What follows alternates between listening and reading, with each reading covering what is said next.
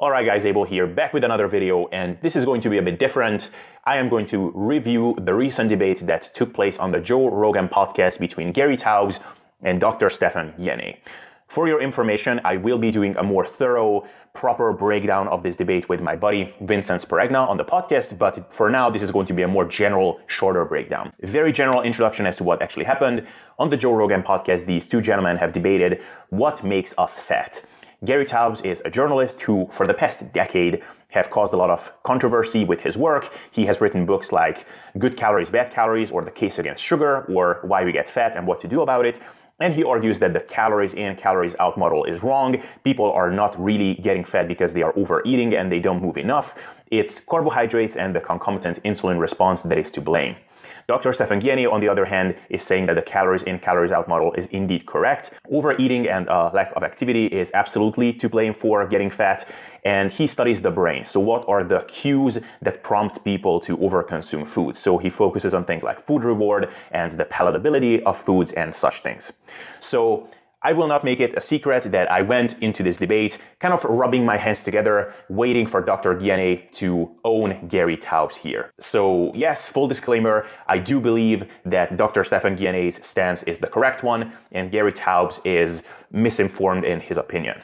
Now, just for some context, some years ago, maybe 6-7 years ago, I was absolutely the biggest low-carb proponent in the world.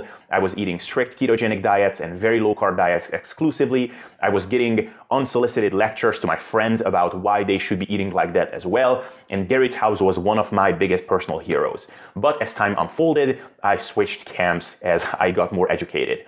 And why is that the case? Well, there are a couple of reasons. The first reason is that over time I became more scientifically curious. And I learned that by now we have studies comparing people eating low-carb diets and high-carb diets, low sugar and high sugar diets, diets low in processed foods and high in processed foods.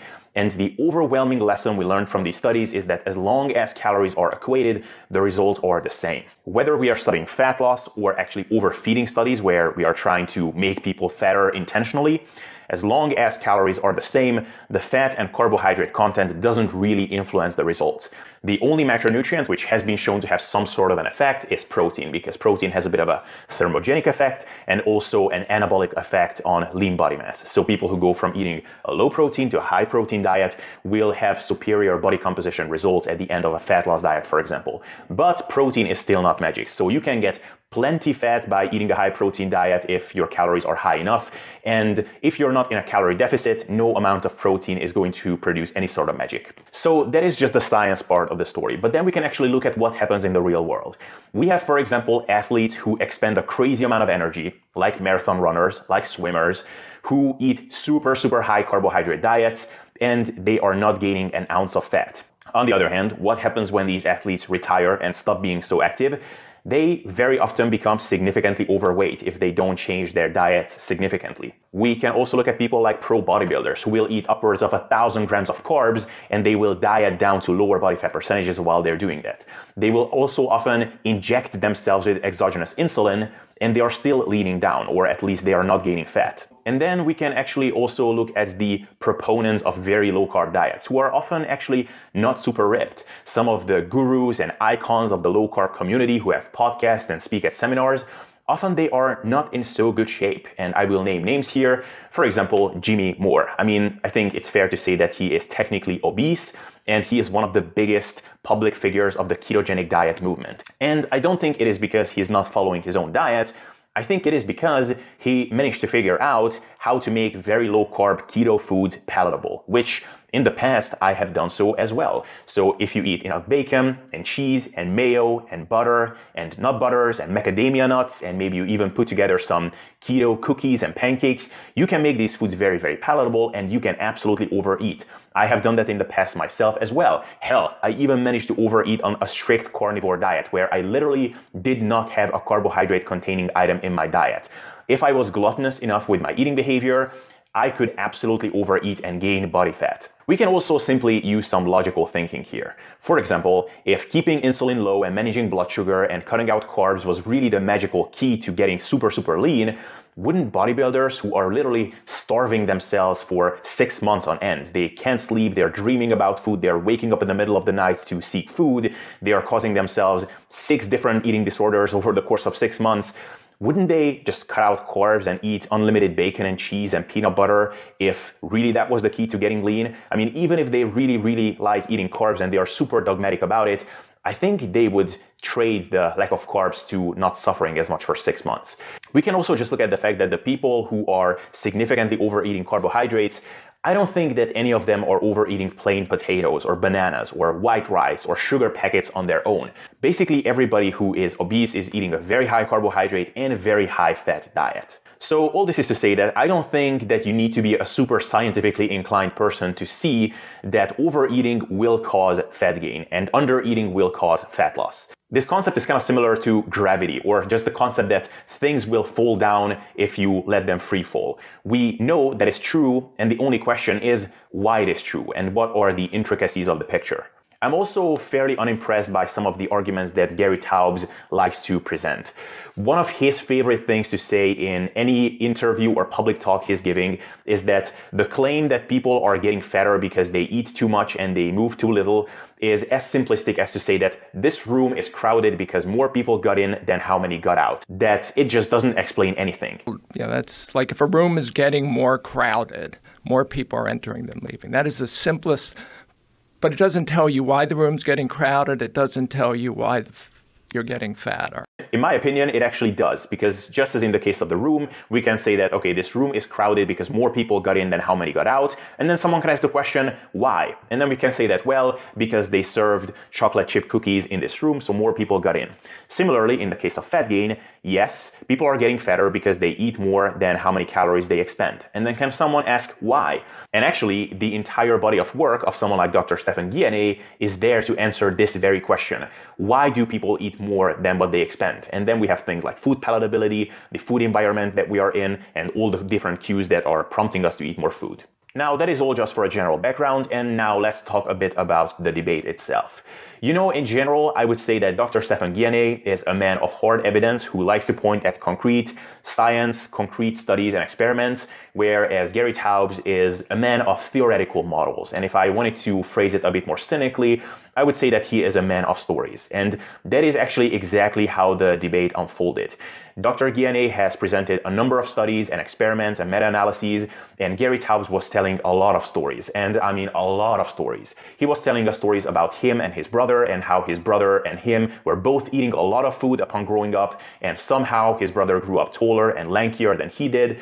He also told stories about some village or something where people were supposedly in a famine and they barely ate anything, and obesity was still prevailing, and malnourished children who had nothing to eat, while in the meanwhile their mother was obese. And how can we explain that? And if you know that they're going through a famine, or you know that the kids at least aren't getting enough food, how do you explain obesity in the mothers? To me, it's kind of like, how do you explain something like what just happened recently, where a mother leaves her child in a car locked in the sun, leaves for 4 hours, and by the time she comes back, the child is dead? This world is filled with strange and evil things. And I will say that this is one thing I like about science. You know, I will be the first one to say that the evidence-based scientific community, the hardcore one, tends to drive me a bit crazy, where you need a freaking citation and source for everything. I mean, I can't even take a shit without citing a study. But this is one good thing about science, that it controls for things like human stupidity, malice, evil, and just the random elements of life. Sorry, that's what I attempted to say. And this sort of brings me to the other issue I had with the debate, and that kind of bothered me throughout, which is Stephan did an incredible job pointing out the problems with the anecdotes that Gary was citing, or at least how those anecdotes were incomplete and how those anecdotes actually measured up against the evidence that we have, which is the studies and experiments directly examining the question of how the fat and carb content of different diets influences the body composition outcomes. And Gary just always managed to find some sort of a loophole, some problem that we had with the study, maybe because of the funding, or because of the person carrying it out, or maybe because of the bias that the experimenters had. And I kind of felt by the end that Gary sort of created himself this intellectual vacuum where he's basically bulletproofed against ever having to change his mind based on any kind of evidence. One of Gary's reoccurring themes, which really bothered me because I felt that was really unscientific and not worthy of a debate like this, which is that basically what he was implying is that the people who subscribe to the calories in, calories out model are implying that people are overeating because they are weak-willed, they are lazy, they don't have any discipline, and they are just overindulgent bad people. And I think that while there might be some kind of a moron who says that, I think anybody who is in the health/fitness sphere will absolutely tell you that behavioral change and managing overeating is an incredibly daunting task. I mean, hell, the people who follow my YouTube channel, they are usually people that are passionate about fitness, and building their best body is one of their biggest hobbies. And even they are struggling with overeating and things like binge eating every once in a while. So how hard can it be for someone who is, for example, an obese person and is now looking for a lifestyle change? In many ways, in today's food environment, to change our lifestyle and adopt a diet that is lower in palatability and doesn't prompt us to overconsume is almost like trying to quit drugs in a crack house. So by the end of the debate, surprise, surprise, it did not end up with either one side saying that, oh, I was wrong, you're right, I have to change my mind now. And I don't think that anybody actually realistically expected that to happen. Really, the only question was whether Dr. Guyenet is going to be able to represent the scientific community on a big platform like this, and whether Gary is going to be able to defend his stance in the eye of his followers, which I think to some extent both sides managed to accomplish. Now, for anybody who is a part of the scientific community or is a follower of the scientific community, such as myself, I don't think there was any question that Stephan was way more convincing than Gary, because Gary mainly pointed at anecdotes and theories, whereas Stephan was able to point at the hard data. But one thing that was incredibly frustrating for me to see afterwards, and kind of shocking in a way, was looking through the comment section under the debate on YouTube, which I know looking at a YouTube comment section is never the best way to get a sample of, well, any kind of relevant opinion. But what I saw there was still very shocking, to say the least. Basically, a good number of the comments, I would say the majority of the comments on YouTube, were pointing at how Dr. Stephan Guyenet was condescending and arrogant, and what an unlikable asshole he was throughout the whole debate, which was kind of shocking for me to see for at least a number of reasons. For one, it was just kind of surprising for me to see this, because honestly, throughout the entire debate, it didn't even cross my mind that Stephan would have been condescending. The only thing that I noticed during the debate, which was not directly related to the topic, was that Gary was super annoying with how frequently he wanted to interrupt Stephan. Stephan Guyenet, whenever Gary was talking, just shut up and let Gary talk. Gary could freely talk for 10 minutes at a time without any kind of interruption. Whenever Stephan started speaking, Gary wanted to interrupt him after like 1 minute. Genes explain. So if you look at the genetics of... No, I didn't ask how much is genetic. Gary, I'm answering your question. Now, that is just one interesting factoid, but the really big issue I had with all of this, and this is something that I have suspected beforehand, but unfortunately now this serves as direct evidence that at the end of the day, in a public debate like this, how good your arguments are, how well you're able to point to concrete evidence, all of those things don't matter. What really matters at the end of the day is how nice you are, how likable you are, how polite you are, and probably it also doesn't hurt if you're good looking. And honestly, probably this entire discussion could have been spared by simply putting up two pictures.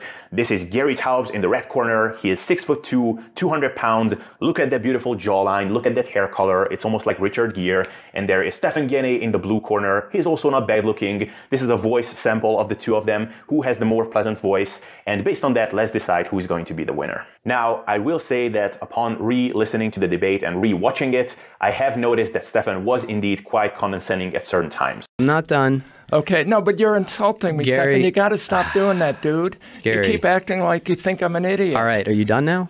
Are you done? Can we be clear that we're talking about... Are you done now? Can I just finish this? No. But there are a couple of really important things that we have to keep in mind here. And unfortunately, I can't expect the wide public to know these things.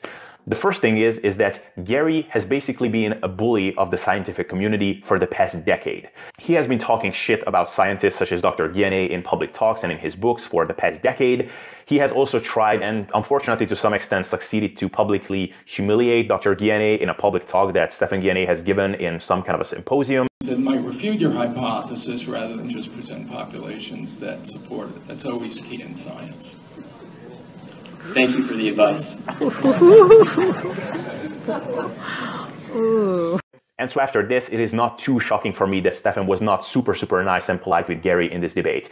Not to mention that, if you ask me, Gary was not at all a gentleman in this debate. I mean, he interrupted constantly and he was rather obnoxious. Now, I will say that if you were to take a course or read a book on how to debate publicly and how to convince your opponent, and not only that, but how to convince the onlookers of the debate, Stephan has violated several of these rules in this debate, because one of the golden rules here is that no matter how irritated you might be by your opponent, and no matter how much you think you are right and he is wrong, you have to be super respectful and polite. And being condescending is never a good policy. Now again, given the history between them, how Gary acted during this debate, and how he acted in general for the past decade, I think that Stephan Guyenet's attitude here was completely appropriate. But I can understand that for someone coming in as a neutral viewer will find Stephan's style a bit overly condescending. And I can certainly understand that if someone was taking Gary's side beforehand, will not be convinced otherwise after watching this debate. Now, one thing I have to say about Gary, and this is a positive surprise that I had not long ago,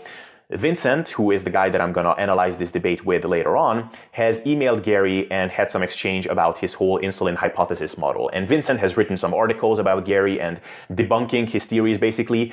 And, you know, Vincent is not a famous guy in the fitness world. I mean, he's less known than me. That kind of gives you an idea. And I always had this feeling about Gary that he is just happy that he was able to make money and kind of fool the public, and he's just rubbing his hands together that he's able to sell books and speaking gigs. And honestly, the fact that he has had a really passionate debate with Vincent about his insulin hypothesis, and he was really adamantly trying to defend his stances. And if he was willing to do that with a guy who doesn't have a huge reach, says something to you, and it says that he really does believe in what he's saying. So at least I learned that about him, that he's not trying to rip anybody off, and he's not just in here to make a quick buck, and he really does care about proving his theory right. I still think that he is misinformed, that he is intellectually not quite honest, and that he is ignoring a lot of the evidence that is pointing to the other direction and kind of disproving his hypothesis. But I don't think that he is intentionally disingenuous and that he is a charlatan. So all in all, an interesting debate. Really, the biggest question was whether Dr. Guyenet is going to be able to do justice to the scientific community, which in my opinion, he absolutely did. To no one's real surprise, there was no real conclusion to this debate, and the public opinion was rather disappointing. But I guess that is just how it goes.